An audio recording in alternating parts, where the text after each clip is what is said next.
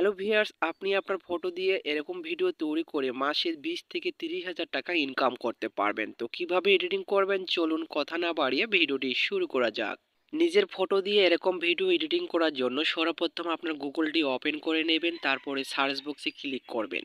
Search বক্সে click করার পর এই লেখাটি লিখে আপনারা সার্চ করবেন। ঠিক আছে, স্ক্রিনে আমি লেখাটি দিয়ে রেখেছি, এই স্ক্রিনের লেখাটি দেখে আপনারা এখানে সার্চ করবেন। সার্চ করে দেওয়ার সাথে সাথে দেখতে পারবেন আপনাদের সামনে একটি অফিসিয়াল কিন্তু ওয়েবসাইট চলে আসবে।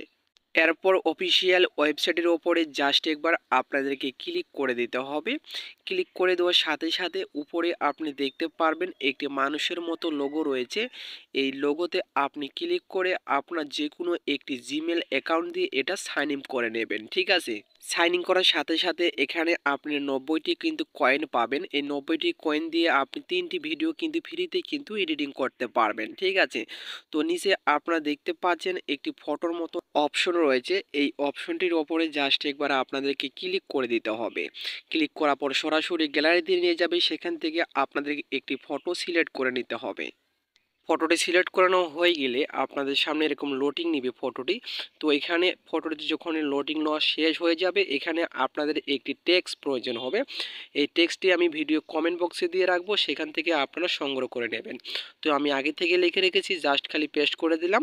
পেস্ট করে দেওয়ার পর নিচে দেখতে পারবেন ক্রিয়েট অপশন রয়েছে, ক্রিয়েট অপশনে জাস্ট একবার ক্লিক করে দেবেন। ক্রিয়েট অপশনে ক্লিক করে দেওয়ার সাথে সাথে উপরে দেখতে পারবেন আপনার সাকসেসফুল লেখাটি চলে আসছে। এরপরে দেখতে পারবেন কিছুক্ষণ পর আপনার ভিডিওটি কিন্তু এডিটিং হয়ে গেছে।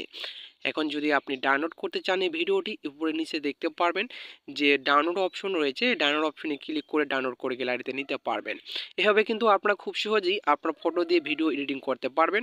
তো ভিডিওটি ভালো লাগলে অবশ্যই এটি লাইক করে পাশে থাকবেন। আবারও দেখা হবে নতুন একটা ভিডিও নিয়ে। এতক্ষণ সাথে থাকার জন্য আপনাদেরকে ধন্যবাদ।